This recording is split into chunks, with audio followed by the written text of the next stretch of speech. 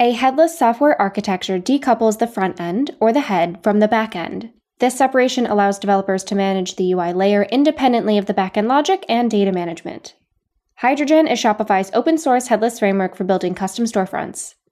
It's React-based and is focused on performance and flexible UI components. Ben Sehl is a senior product lead at Shopify, where he works on Hydrogen and the storefront developer experience.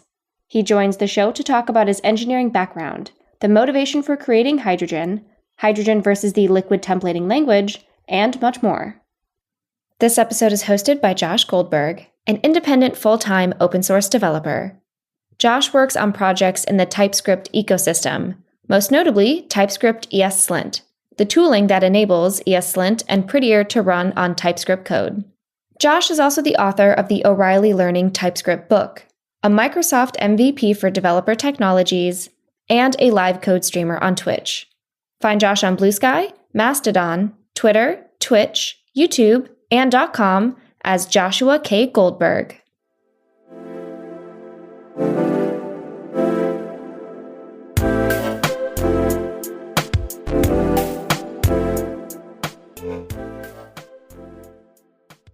Ben, welcome to Software Engineering Daily. How's it going?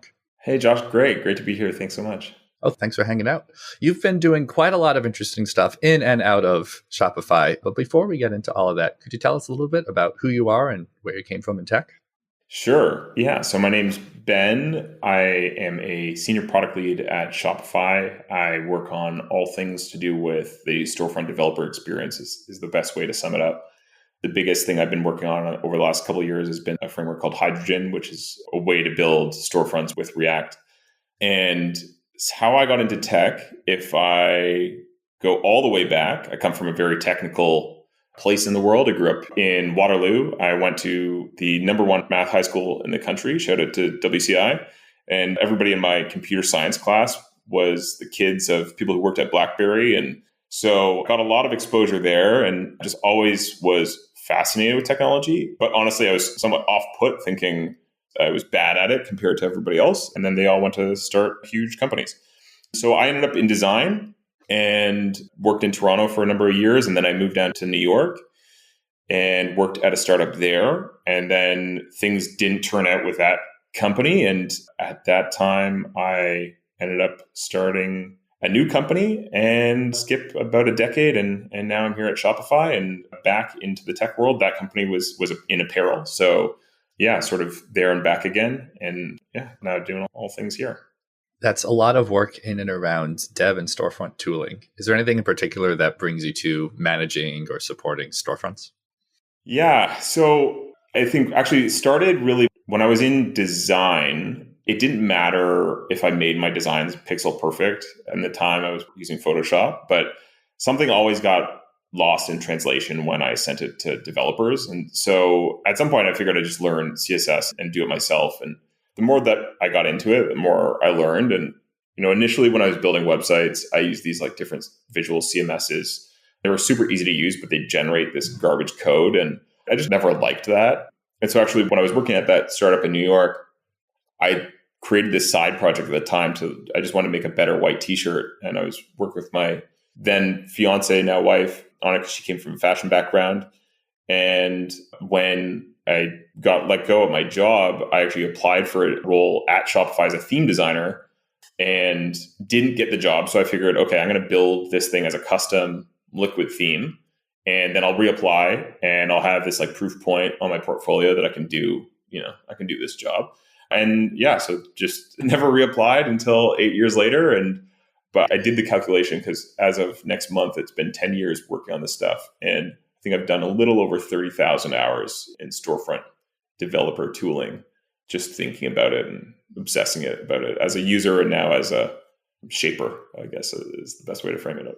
That's honestly two really good points to touch on before we go into Shopify. One is that you can apply for a company after having been rejected earlier on. In your case, you are now quite high up in the company and this is not your first time trying to get in. The second is that it's really powerful for people who work on products to have used the products first, right? It gives you a lot of introspection and understanding of the user experience. I think actually those are if you have a job that you want to get into, those are the two most important things you can do. it doesn't matter what role you are. If you're using that thing, you're going to be more insightful about the product than a lot of people. Like the easiest way to get an advantage at a company is to be obsessed with that company. And so many brilliant people that I work with are coming here from contexts that, this is the first time they're working in commerce. Maybe they've done high up jobs at Google or whatever, but they just don't know this domain at all. And so you get like a huge advantage if you are just kind of obsessed. And then the other one is, if you get rejected, who cares? Just keep applying. Like that's just going to only show positive signal that you really want to work there. And so much of the best people I work with are just the ones who want it the most, like who actually wakes up on Monday and is excited. And those people are the ones that like are just the best possible people to be on your team. So a great signal for that is, you just keep applying and keep going for it. And it doesn't matter if you could get rejected. That's actually fine. Absolutely. You talked a little bit about what you were doing before, and you used a term liquid. Could you tell us what liquid is? Yeah, okay. I'm going to have to do some historical work here that I learned as somebody who's, I'm doing a bit of lost in translation, but liquid is a templating language that our founder and CEO, Toby, created to enable people building on Shopify to make fully custom storefronts. And so Shopify, for anybody not aware, came out of also a pretty crazy thing. Toby had made this snowboard store, and then he realized the tech behind it was more valuable, and then they turned it into Shopify. That's a way to summarize a lot of time and work into a very small amount of words. And I think I remember hearing this thing that initially he even started with like a CSS Zen garden approach of, hey, maybe you could just allow people to write CSS and tweak stuff, and then realize, no, I want to give people more control. And he, instead of saying, oh, here, write your own Rails controllers or whatever, he created this language Liquid, which would allow you to fully customize the markup, but in a secure way. And part of the beauty of Liquid, why I fell in love, was I came from building all these WordPress sites, and the first thing you're doing is like chmod commands on the WP config file, and then moving to Liquid, and the first thing I do is write product.title, and the title just shows up. And so it was this incredible thing where I felt like all of that, to use a term from the Oz team, undifferentiated heavy lifting is just removed from me. And I got to just focus on what made my brand unique. And I just felt like, huge superpowers, and oh my gosh, I can do like so much more than I used to working with this tooling. So I fell in love like right away, and then eventually ended up exploring a bunch of different technologies, but that was sort of like a gateway drug for me to get into the whole world. Sure. There's a parallel there where Shopify was founded quite a while ago now, based on, in part, being able to have a really, really solid dev experience for folks building shops, as you've described.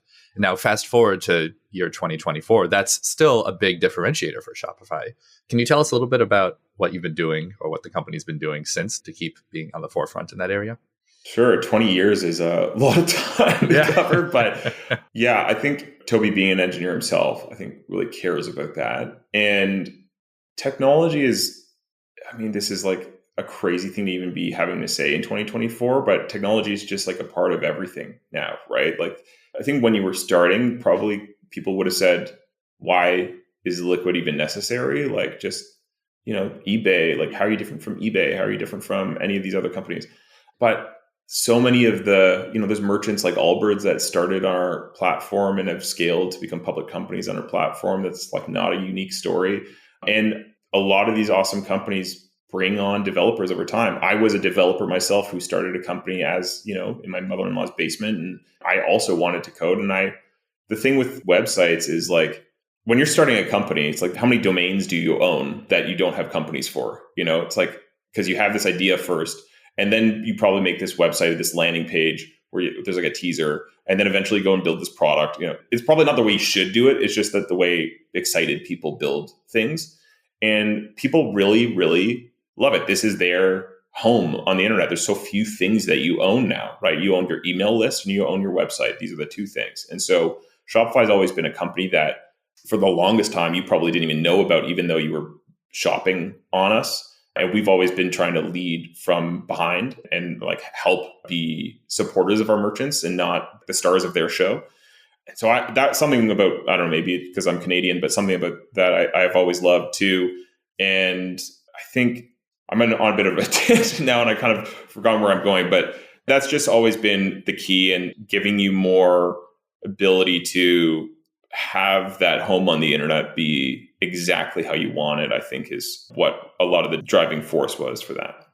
Side note, I did not know Allbirds was started on Shopify. I might be making that up, but I'm pretty sure that's the case. I think they actually started as a Kickstarter and then it then became a Shopify store. But yeah. Huh. Shout out Allbirds, by the way. Fantastic shoe brand, incredibly comfortable. Very comfortable shoes. So Shopify is, among other things, really emphasizing hydrogen these days. Can you give us a primer on what hydrogen is and how that compares to the liquid templating language?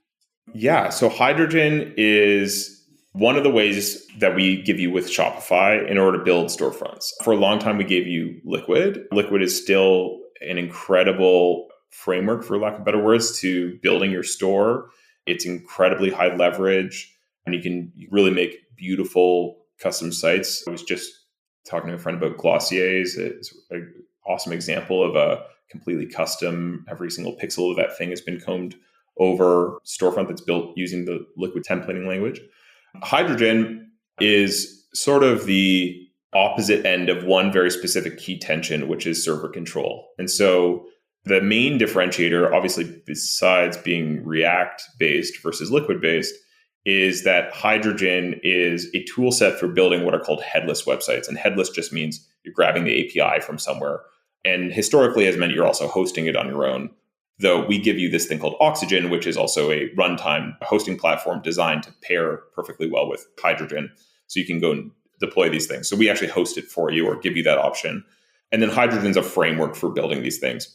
And actually, as a merchant myself, I first built a Liquid storefront, and then eventually I did go and build a headless site. And I did that because I just started to hit these different constraints of the platform that I felt at the time anyway, I could do more easily just tapping the API and using React.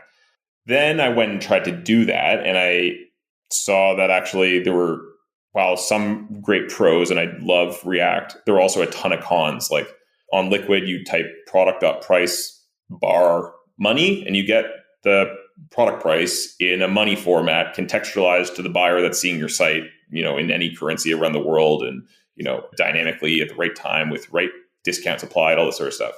In React land, tapping the various APIs to do that, this is like hundreds of lines of code, right? So there's just so much. That thing that I said I loved about Liquid, pre-Hydrogen in headless world, there was just so much undifferentiated heavy lifting that I had to do in order to become productive. And then not only do you have to do it up front, but you have to maintain this now, and your APIs are changing and that sort of stuff too. So like it becomes a total mess and nightmare.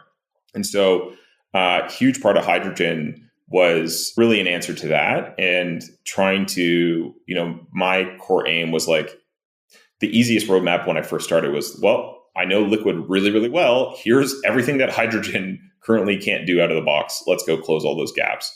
And then let's do it in a way that you still get complete control, and you also get control over the server. It's built on top of Remix. And so that server control piece is the key. And that's the reason why, some teams just love React, and that's cool and that's great. But there's teams like ButcherBox who are built on Hydrogen, and you go to their site and they don't have collections, they don't have products. You build a box of meat, like their product is a slice of bacon that you add a bunch of different slices of these bacons, and you add other types of meat, and then you get this custom box and you subscribe to it. And they have a custom subscription app that they built and all these sorts of things. So the standard models that we have for Liquid just didn't really make sense for them. And now if they were to go and do that way, they were also coming from a React-based custom stack, switching on to Shopify. So Hydrogen just made a ton of sense.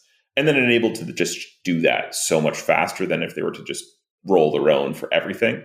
So that's really why Hydrogen's there. I think it's kind of like the opposite end of, I like to think about these key tensions, but then we keep a lot of the same principles and philosophies and try and bring the two worlds in terms of capabilities closer together. And so there's, but again, there's a ton of benefits to not having server control as well. We can make your site super performant. Snowdevil.ca is still running 20 years later, doesn't need any code changes. It's backwards compatible. It's only gotten faster over time, right?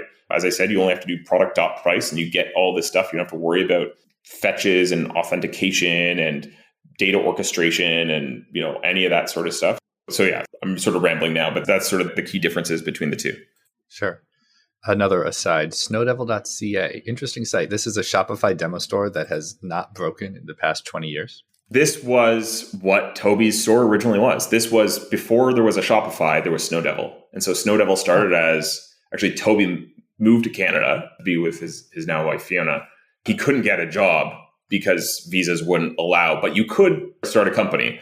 So government policy would allow him to live here if he ran a company. So he started this company called Snowdevil. He loved skiing in Whistler and different places, right? And so, yeah, they started Snowdevil selling snowboards. And as legend has it, it was like summertime. You're not selling as many snowboards. You're like, what are we going to do now? And meanwhile, he's pretty big in the Rails community. And so things spun up there. And anyway, he should join the podcast to give the full story. But that's sort of the legend of Snowdevil.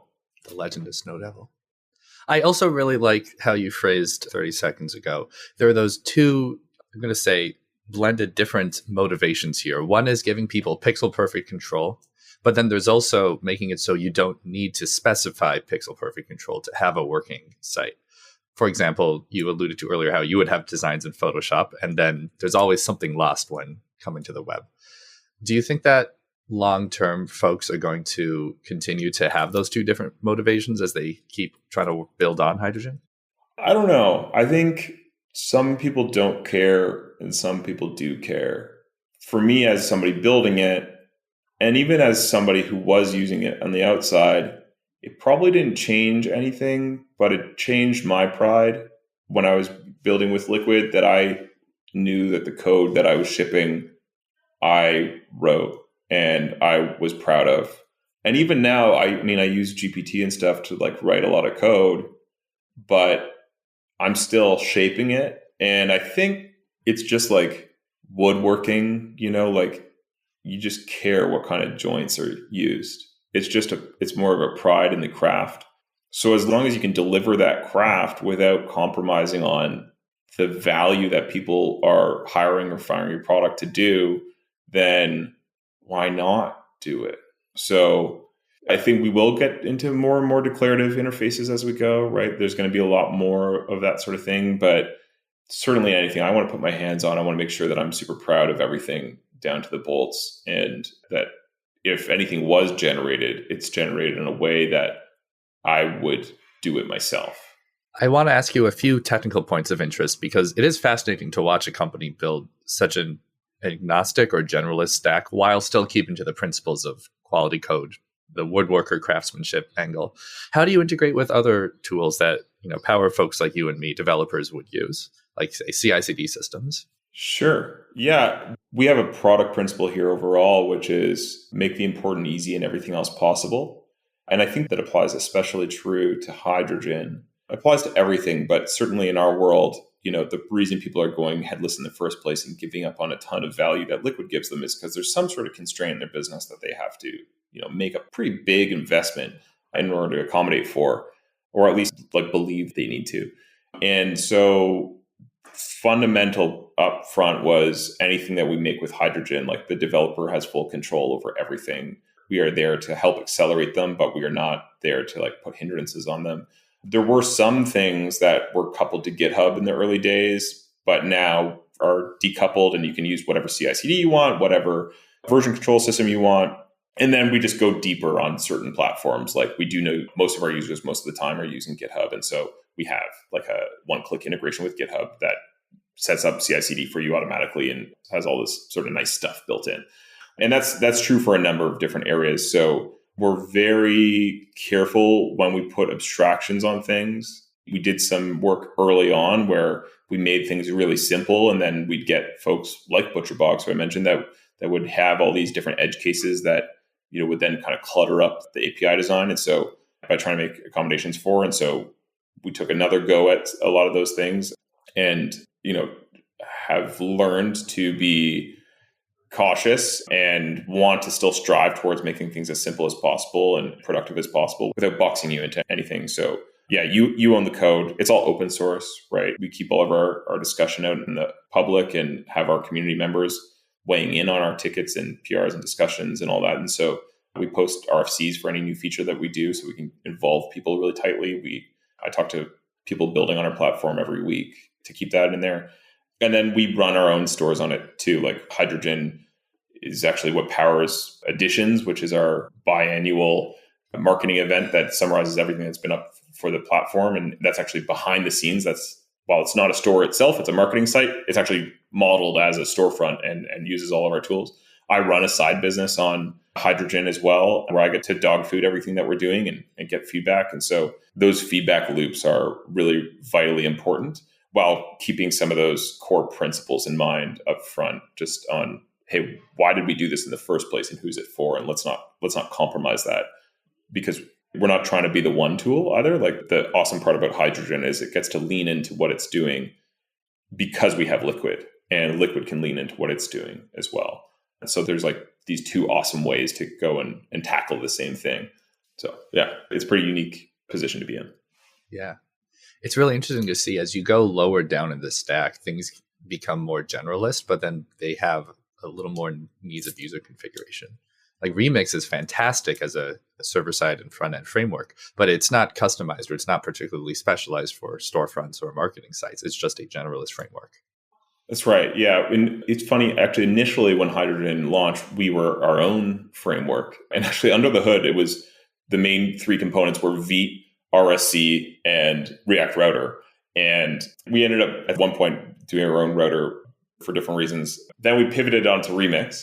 And now they're evolving with React Router 7. So we're going back to Vite plus React Router plus RSC, but in a much, much better way where we've learned from all of our past mistakes. And it's a very stable transition to move there, so that shouldn't create any thrash. But a huge thing for us was when we were building our own framework, we sort of realized, hey, we're putting in all this time to doing all these low-level primitive things that aren't really specific to commerce. And that's detracting from our ability. You're trying to boil the ocean a little bit, right? Like, it's very hard to make a lot of progress.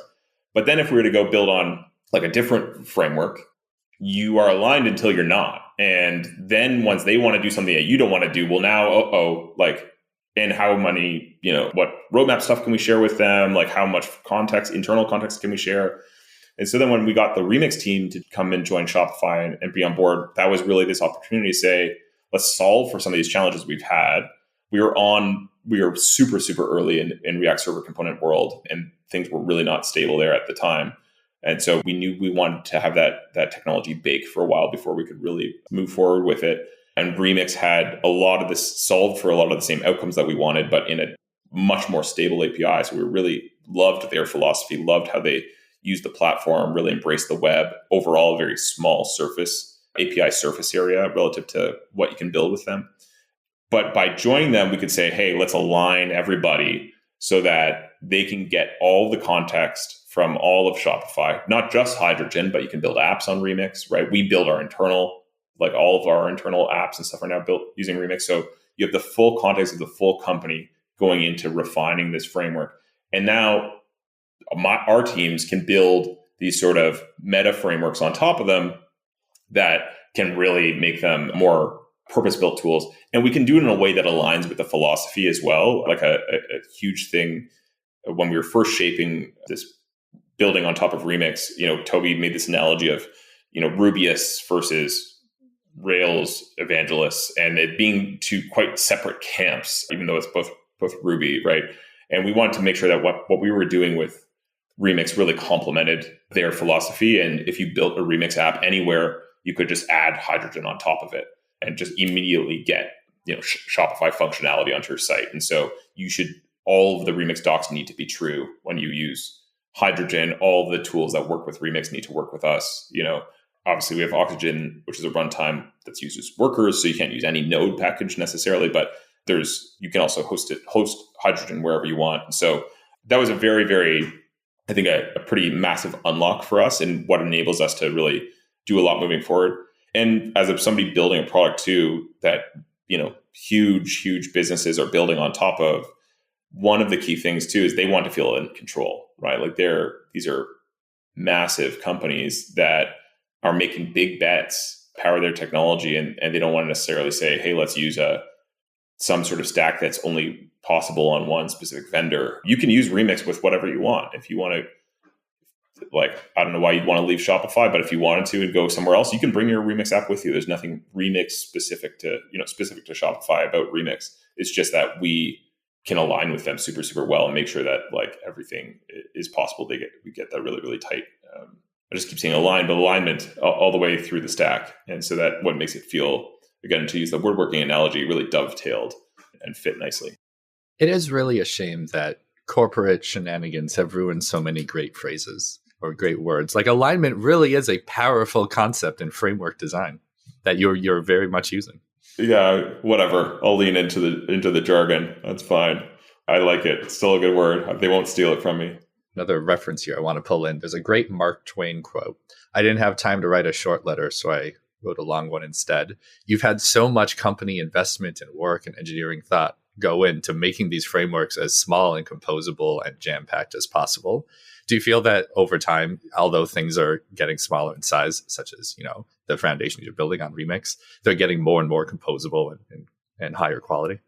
Whoa, what an interesting use of that quote. I reference it all the time. I've never thought about this.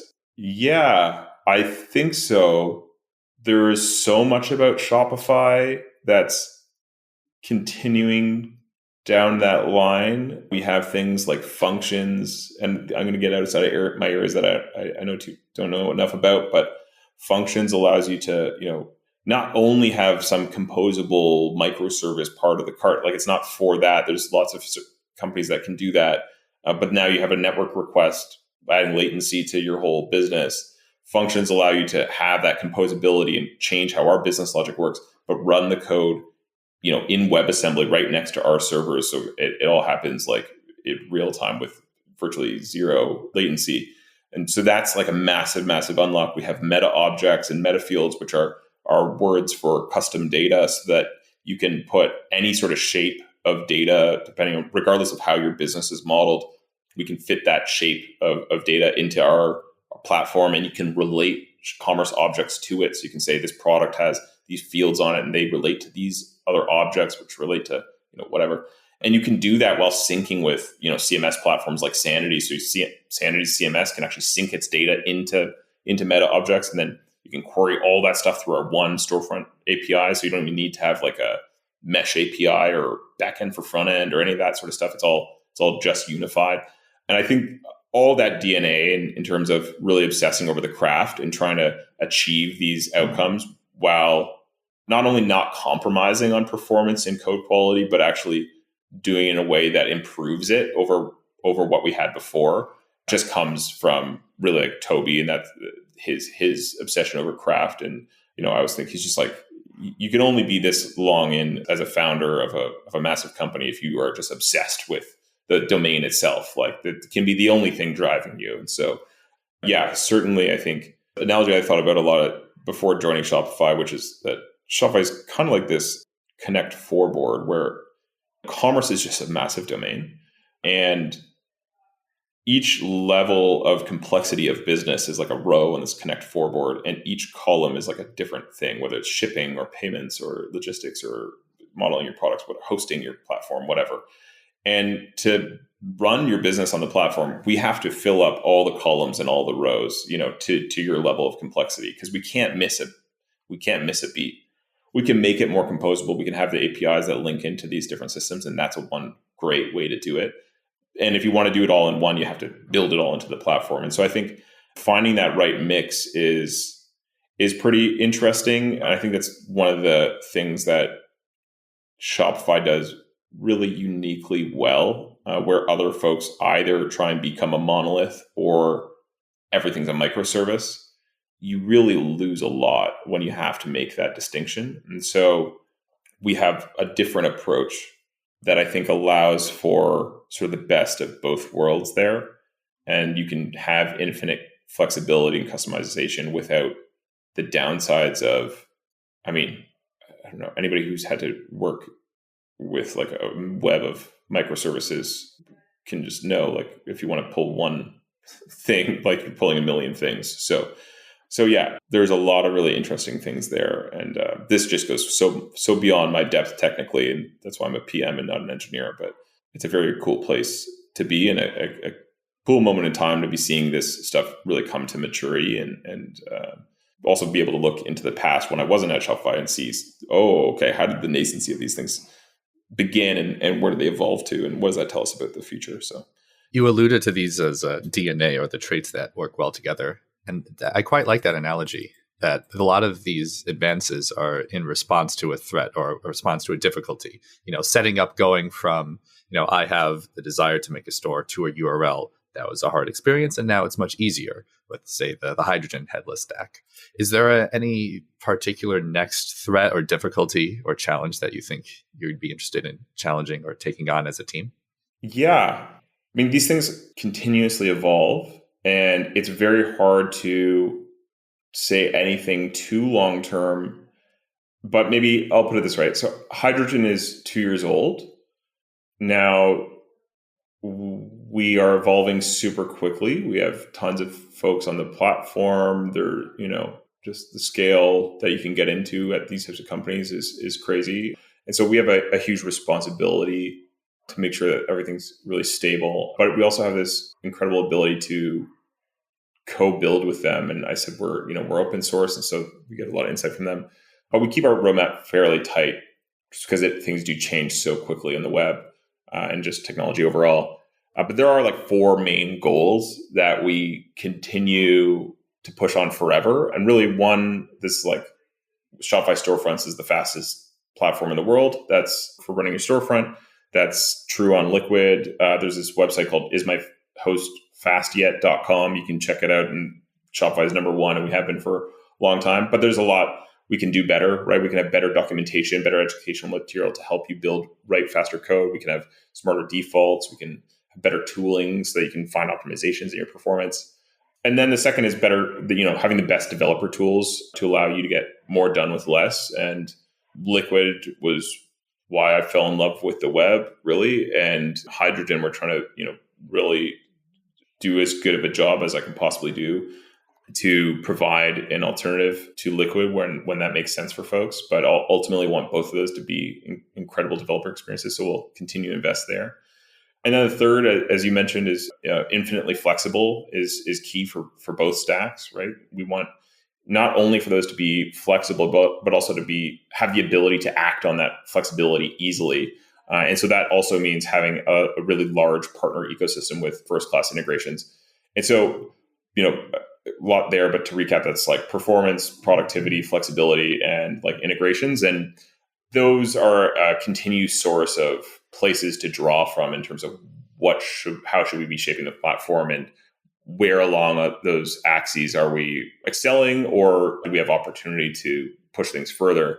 And one of the key things for Hydrogen right now is the main gap left open is visual editing. And so Liquid has had this thing we call the online store editor for, I don't know how long, but it seems like forever. It is amazing because, as we mentioned before, that, hey, I want to be able to customize my site, but I don't want to junk up the code. How do you manage that? Well, our this visual editor, the online store editor with Liquid is how that's really been done. And it allows you the ability to have your whole team come together and manage the website visually. Other great tools like Webflow and, there's others that are out there do a pretty good job at this too. But Hydrogen hasn't really had that, at least from a first party perspective. And so now we've just announced the Hydrogen visual editor, and that's going to be a huge area of focus for us in the future. So really making that a place where your entire team can come and collaborate in real time to affect change on your website. That's quite huge for us. And doing so in a way that doesn't compromise on any of those things that makes Hydrogen what it is, which is you can use the exact workflows you want. You can bring all your own tools. You can tap different CMS providers and third-party APIs and PIMs and whatever. So that's really a huge area for us that will continue to shape. And then, there's a number of other areas, but that's probably the biggest one to dive into. I'm very interested in the visual editor direction. The front-end community there still hasn't come to a full agreement on how to write styling systems for the front end. On the one hand, you have things like Tailwind, which are very quick but not super type safe. On the other hand, you have bigger things like Panda and MUI. How do you feel about this whole area of being able to write front end styles in a visual editor? Visual editor. So yeah, I could talk for 3 hours about design systems and CSS because I've thought so long about this. And it's actually one of the one area that you really get to rabbit hole on as somebody who's building on top of the platform and not the platform itself. So there's so many different approaches. I think they're all fantastic, to be honest with you, so long as they don't add like runtime overhead. But this will be something that we'll really, really want to dig into. I have a lot of thoughts. There's a lot of things that I'm keen on in terms of developer ergonomics here. There's a lot of great prior art styled system. Got to give them a shout out. What Vanilla Extract and Sprinkles and recipes have done is super interesting. Tailwind, I love. Uno CSS by Anthony Fu is fantastic. So there's a lot of really, really interesting approaches. And it's kind of whatever I think gets the job done in a way that you really love. I'm a big fan of utility classes, to begin with you, but ultimately we got to sort of back up. I think this comes down to like, how are you prioritizing developers versus like non-developers, and how are you making this thing happen? This is sort of like a meta question behind the question, I think. And to me, I go like, anytime I'm getting priorities from when I'm talking to devs building on our platform or non-devs, I really try and do like the 5 why thing. I have a toddler who interrupted us, but try not literally ask 5 whys because that does get annoying. But the common thing for all of the folks building on Shopify ultimately is typically like where we all unite is that we want to make a better user experience for people shopping on these storefronts. And that ultimately ends up translating itself into better conversion rate. But I'm not a massive fan of growth hacking overall. So I think like focusing on the long term and customer experience is the right way to do it. But then when you look into tooling, we have conversion is basically 4 things. There's motivation, like what are you optimizing for? What do these people want? Value proposition, are you able to communicate that properly? These are like marketing challenges. Then there's the negative side, which is like anxiety, right? Is it going to ship to me? Is it going to fit me? What do I do? Can I return it easily? So those are all things that developers can't really action. Then there's friction. And I think friction is, length-related friction, difficulty-related friction. How easy is it to shop on my website? And once I want something, how long does it take to get it? That's really where we try and tackle. And that's, I think then when you bubble that up, friction is also how fast is my team able to ship things that help reduce this or help us improve conversion overall. And there's friction there too. And so where we've really been trying to improve developer productivity, removing friction in their process by killing boilerplate, giving them better developer tools, allowing them to figure out how to solve problems faster. We haven't yet done a great job at solving the handoff between those designers and developers. And I said way back at the beginning, that was really the crux of how I got into development in the first place. Was I always wanted my designs to look a certain way and I could never get them to do it. And so I learned code. Lots of other folks can't necessarily. And so that's really where the Hydrogen visual editor comes in, is like we want to lay that foundation for the future of collaboration. And we want to build this space where the whole team can collaborate in real time and directly manipulate any part of the website. And so how does that translate into CSS? That's something we got to like duke it out and figure some things out there. There are some great escape hatches, right? We do have inline styles and stuff like that. And because there's version control, we can, you can make small diffs so that devs can quickly refactor into their framework of choice. One of the things I love about React is props, right? And a thing that I loved about styled system was design props. And so I think the key for me is when you can create a design system where these style props can actually match to the editor itself. And when you can do that, you can create UI to be able to tweak these things in ways that you actually like in your code, and it's not littering it up. And you can then create types where you can put constraints on what are people allowed to do and this sort of stuff. So you don't just put a thing, product card on a page and you say, I allow you to tweak any border radius you want to be anything that you want, hit save, and it goes live. You can actually say, no, you're allowed to select from these options as defined by our creative director or whatever. And you can hit save. And then even when you hit save, it goes to version control and we have to approve it and we can put in whatever workflows we want. Long-winded answer there. Lots of tangents to probably dig into. But I think for us, it's like we always got to focus on what's the core thing. We're trying to remove friction for teams overall so that they can, ultimately make better commerce experiences for their customers. And there's so much to unpack and dive into. And one of those really, really narrow things is the design system.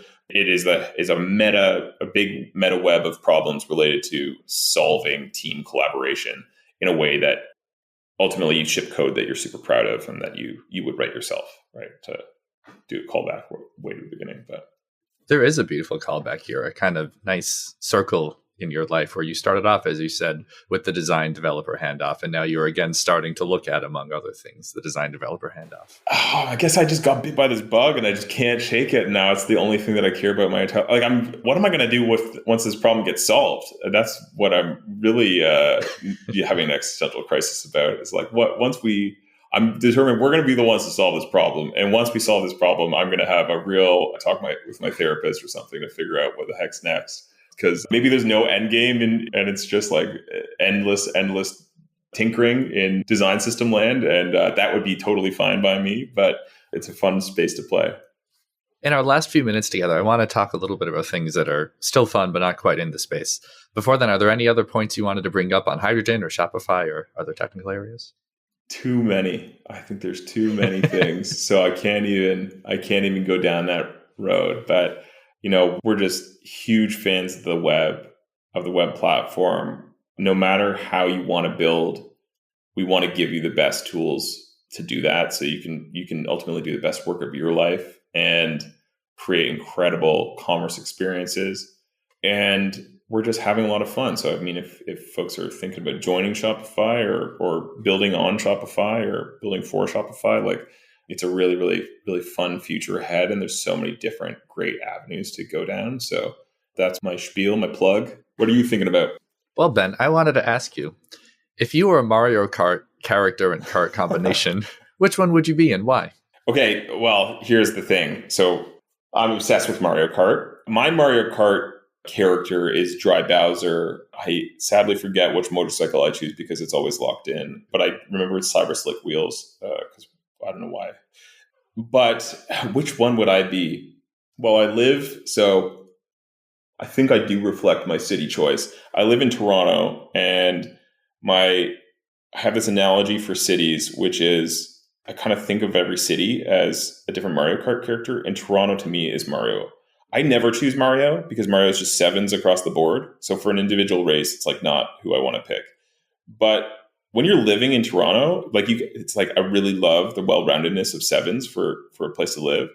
I lived in New York as well. New York is ultimately Dry Bowser for sure. Max top speed, minimal handling. If you wipe out, you are done for. That is really where you then turn to San Francisco for your max acceleration, which is Yoshi, right? So every city really maps to these. But who am I? Oh man, yeah, it's weekday 9 to 5, I'm Dry Bowser. Personal life, I'm Mario. Maybe Baby Mario. Actually, I don't know. For those who haven't played, you've described Dry Bowser, Mario, and Yoshi. What is Baby Mario like in Mario Kart? It's just even more Mario. It's the exact same characteristics as Mario. Just the opposite of Dry Bowser, just cute and innocent and well-rounded. Well, that's all the content we have time for. But Ben, this was fantastic. Thank you so much for joining the show. We talked about everything from design systems and liquid and hydrogen to you being a baby Mario.